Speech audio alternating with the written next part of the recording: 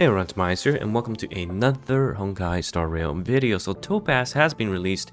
I know I'm a bit late on this video, but here she is on the tier list, ranking S in single, S in blast, and A in AoE. Now, I want to touch base with kind of, I guess, where we are with Topaz and my own thoughts, because as you can see, the Pride 1 tier list, of course, based on the memory chaos, and the current memory chaos isn't that friendly to Topaz. If you take a look at the buff, this is basically benefiting units that can go consecutively, right? And there's a bit of an RNG involved with the freeze, and that's where we're able to see some really cool things, such as the Jingyuan solo clear memory chaos. But currently, Topaz isn't a huge insane unit that just got dropped, because in the past few patches, if you remember, right, we've had Jinglu dropping, we've had Fushan, and we've had Dang Han. Basically, these units all came out at S+ tier across the board, single, blast, and AoE, and also Fushan as well as a sustain, right? So with the release of Topaz and Numbi, it's actually just an S and an S and an A tier unit. Now that's saying something. Did we have too much power creep in the last few units, and the two destruction units were just way too strong in comparison? Well, I personally think that I don't want to be biased, okay, but going over some of the CM Bros videos, I've been taking a look, and their breakdown, Topaz isn't really in a good spot at the current moment, okay? And I say current because I think her kit has potential in the future, because follow-up is definitely a big mechanic, but I think she will not be able to offer this big of an impact right now. And it's the same with Kafka. If you look at Kafka, she literally dropped to S tier, ASS, okay? Does this look familiar? SSA, ASS? Kind of, right? Because the problem again lies when Kafka does make the dot team work, but currently she is the only 6-star, 5-star, sorry, I've been playing too much reverse 1990. She's the only SSR 5-star dot enabler. So before we get another one, even with the release of Gwyn Knight Fen, it's not enough at its current moment when we're comparing to beasts such as Dang Han and Jingdu. And personally, as you can see on my account, I've cleared memory chaos. I've 30 started on auto 1 cycle, 0 cycle ever since I think 3 memory chaos go, and I've invested heavily into Dang Han, into Jingdu, so my stats are quite good. They're bonkers. But when I played Topaz, my Whale Friends Topaz E6 S5, it didn't have the same feel. Now, she does have some unique mechanic in the sense that you will be able to use her outside of combat, so she finds chests for you, she stops all the trouters from running away, so that's really good. But I think much of her bonus is locked behind this E1, and this E1 is honestly really good, right? It gives a crit damage, a follow-up boost, basically stacking up to twice, so it's 50%. And one thing to know about Topaz's core kit, there is no effect hit chance, right? There's no effect hit rate. So all of her debuffs that she land either from the Eidolons, from her signature cone, it's 100%. She doesn't really need to build effect hit rate, and she can function as a pseudo, I would say almost a amplifier or debuffer in that sense, Nihility path, pseudo Nihility, and Hunt's path. But I think it's just, if you take a look at the beasts that were released prior, Jinglu, Dang Han, and then Fushan, it just is slightly weaker in comparison. Okay, I know currently there are obvious other ways to play with Fushan. You have seen pairings with Jingyuan, I've seen pairings with Clara. You basically make it so that she acts as a support, as you would do as in Bronya or Tingyun, for your main carry, and then she still is able to deal really good damage. If you take a look at the follow-up calculator, so this is rotation, I think this is cycle, I can't remember how many cycles this is, basically based on allies follow-up count.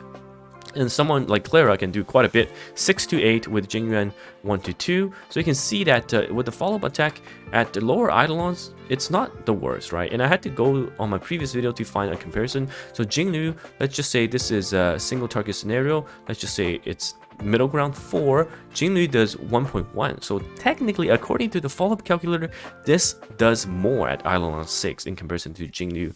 And if we look at Imbibited Lune, 800,000, right? But in practice, I don't think this will ever be the case, and let me tell you why. So The trouble at its current moment is that if you're pairing up with her, I would say best partner, which is Clara at the moment. Clara is dependent on the enemy hitting you, right? That's a big problem, because when you build a DPS or hyper carry or anything that manipulates your DPS, you're gaining multiple turns. You're pushing your damage dealers, you're getting ultimates, and if you have mechanics such as Danghan or Jinglu, you're gonna get those extra turns in. So you're moving more than twice every single cycle.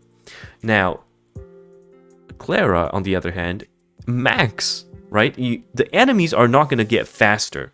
At least not right now in the current memory chaos that we've seen. So Clara is literally waiting for the enemies to hit her, then she can do the follow-up. So it's very, very enemy dependent, whereas your hyper carries can get the boost from your supports. And that's, I think, one of the problems, especially as you're getting better at the game, when you're going with faster cycles, you'll see that your cycle count does not get that much better in comparison. Of course, you can still zero cycle. Any unit can zero cycle. I've seen physical MC zero cycle, Pela carry M cycle, any unit, even Arlan can zero cycle. Okay, so if you like the unit, of course you just use it. There's no doubt about zero cycling. But what I'm trying to say is, without a team that's built completely around buffing the quote unquote carry, like Pela plus Bronia plus team with optimized gear and relics and not, Topaz is gonna feel a lot weaker.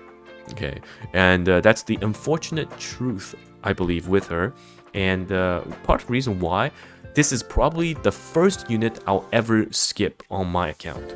If you take a look at my account, I have every single unit as well as icons that were on the banners, right? If you take a look here, so I have two missing characters because I didn't pull on I didn't get the green knife, but everyone's there, plus Lycons, everything's there apart from some of the BP choices I haven't picked up in the free-to-play cones that I didn't get.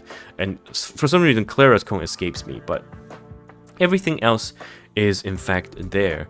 And I might just skip because we already know who is coming next. Huo is going to be an insane unit, I personally think, and Argenti is going to be very, very interesting, right?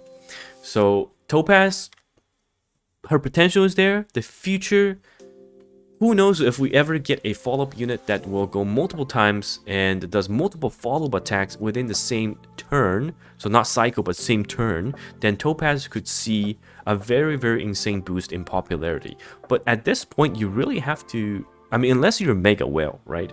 For example, like me, I pulled for Kafka, but my Kafka's benched because I already have two teams, and that's the current issue. I already have two teams that are really, really optimized.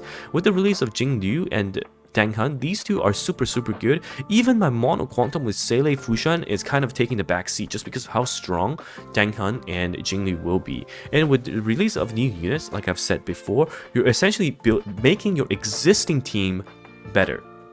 So if you don't have an existing team and you like Topaz design, of course you can go for Topaz. But if you already have an existing team, you have Blade example, or Seilei, you're building a quantum team, QQ quantum team, or you're going for a Kafka team waiting for the upcoming future upcoming dot enablers SSRs, then you don't want to get Topaz because it doesn't really make that specific team type even better. Now, the only thing is, if you have Clara or if you have Jingyuan and you want to see how Topaz would improve the follow-up team, then you can pull for her, and that will be one of the teams and the type of gameplay you stick with, right? Because there's only two teams right now in terms of where we can use our first half, second half in terms of memory chaos. But beyond that, you're not going to rock four teams.